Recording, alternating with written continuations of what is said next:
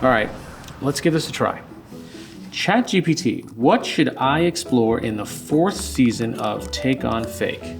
The 4th season of Take on Fake should delve into the pervasive influence of misinformation and the profound impact it has on society, highlighting the urgent need for media literacy and critical thinking skills. Wait, could you do my job as host of Take on Fake? As an AI language model, I can generate responses and provide information on a wide range of topics, including the topics that may be discussed on a show like Take on Fake. However, I am not currently capable of physically hosting a show or performing the various tasks that a human host would need to perform. Clearly, we have a lot to talk about this season, so let's get to it before this chatbot evolves enough to take my job. ChatGPT wasn't too far off. In this new season, Take on Fake is going to focus on how information spreads and how that is changing. The biggest disruptor in that space is artificial intelligence, like the ChatGPT AI program you just saw me interacting with. And while we could spend this whole season talking about all the different potential impacts of AI, what we're focusing on today is personal. Love it or fear it, it now seems inevitable that AI will have a major impact on many professions, including mine. So let's dig into the ways AI is reshaping how we write, read, and spread the news, and what all that means for journalists like me. Before we start speculating, it's important to note that AI has actually been a part of some of the world's most trusted newsrooms for years. If you've read summaries of sports games or corporate earnings reports on the Associated Press recently, you've already been reading articles written by AI. Some wire services like the AP and Reuters have been using machine learning for nearly a decade now to write these recaps because it costs a lot less than for a human to do it.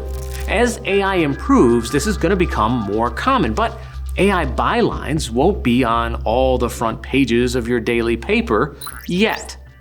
In recent months, a few news sources have tried to employ AI to create less formulaic content and gotten, well, mixed results. Tech outlet CNET, full disclosure, I used to work there, gave it a try to produce dozens of explainers and listicles, but the published pieces were littered with inaccuracies and potential plagiarism. The editorial staff has since said it is pausing its AI experimentation.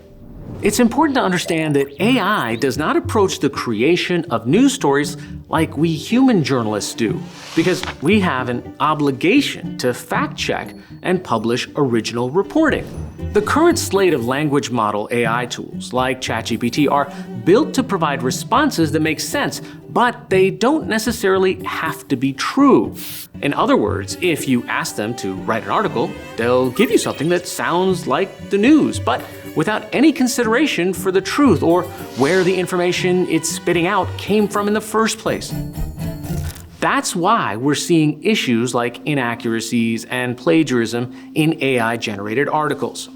So AI misinformation being passed off as news is a serious concern, especially because these chatbots can create so much content so quickly.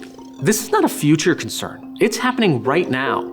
Journalist researchers from the organization NewsGuard recently identified 49 news-focused websites populated with articles generated by ChatGPT-style AI chatbots.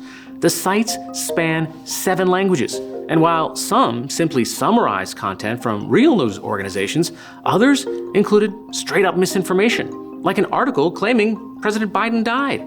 Again, as of when we're filming this, POTUS is alive and well.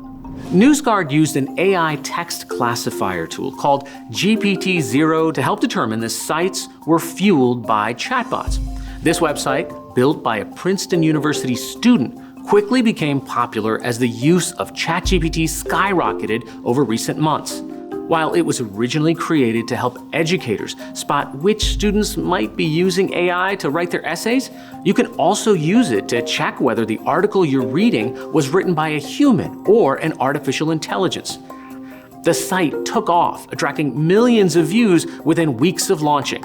Let's stick with ways to identify AI-generated text for a moment. Along with GPT-0, OpenAI, the company behind ChatGPT, has created its own tool to identify whether text has been written by a human or a language learning model.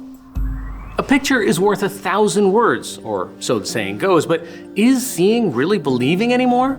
There are already hundreds of photorealistic images you can generate using AI tools. And what's in research labs is even more impressive. You can already manipulate a photo using artificial intelligence, which can, well, fill in the blanks. Like, say, what teeth might look like inside a mouth, even when the photo was taken with the mouth closed. Adobe, for example, has its own generative AI image program called Firefly. Understanding the confusion these images can create, the company added a disclaimer label to all its outputs. Labeling what is AI-generated and what is not can help weed out the unwanted effects of AI on the news. But we, as consumers, have to agree and ask for it from the sources that we trust. AI engines can help journalists wade through large sets of data for investigations or reporting, like the COVID-19 tracking projects from several newsrooms. And publishers aren't just thinking about how to spot deep fakes with AI, they're also working on ways to use this tech to authenticate digital media. In 2019, a group of newsrooms, including the BBC and the New York Times, partnered with Microsoft and other tech companies on an initiative called Project Origin. The group is trying to develop a tamper-proof marker that could be used to verify everything from online articles to videos. You can see a bit of their thinking in this animation, but we'll have to wait and see what the final product looks like. My take, as I often say, opinions are cheap, facts are expensive.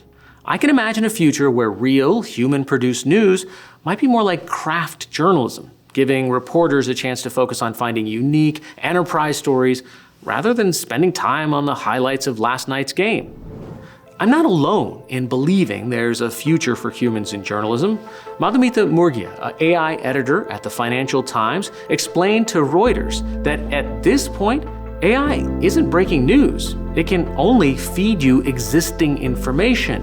That means that, as of now, we still need human reporters to gather that information for the AI to then synthesize and distribute. Of course, it's easy to imagine the day that might change. If AI can already summarize data from sports games or earnings reports, it doesn't feel like too much of a leap to teach it to listen, so to speak, to police scanners or press conferences and put together breaking news posts. In fact, all the way back in 2012, AI researcher Christian Hammond predicted that AI would be writing 90% of the news by 2027. That gives me how long?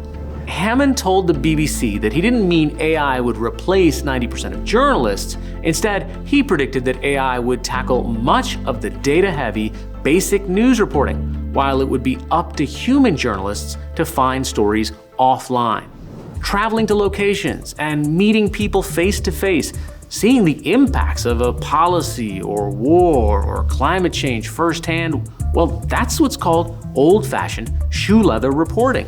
In the future, it might also mean an additional layer of verification in an era where photos and videos can be generated in seconds. Plus, as the amount of noise in a system increases, the ability to filter becomes proportionally more valuable. So, as we get into a world where it's incredibly easy to fake me out with AI-generated pictures or videos, the person or institution I trust to bring me the truth only increases in value. Even if AI can scan through data and break news, we'll still need editors to surface what's significant to their audiences and to fact check to make sure the information is correct. That sort of oversight will only become more important as our information sources are flooded with more and more content.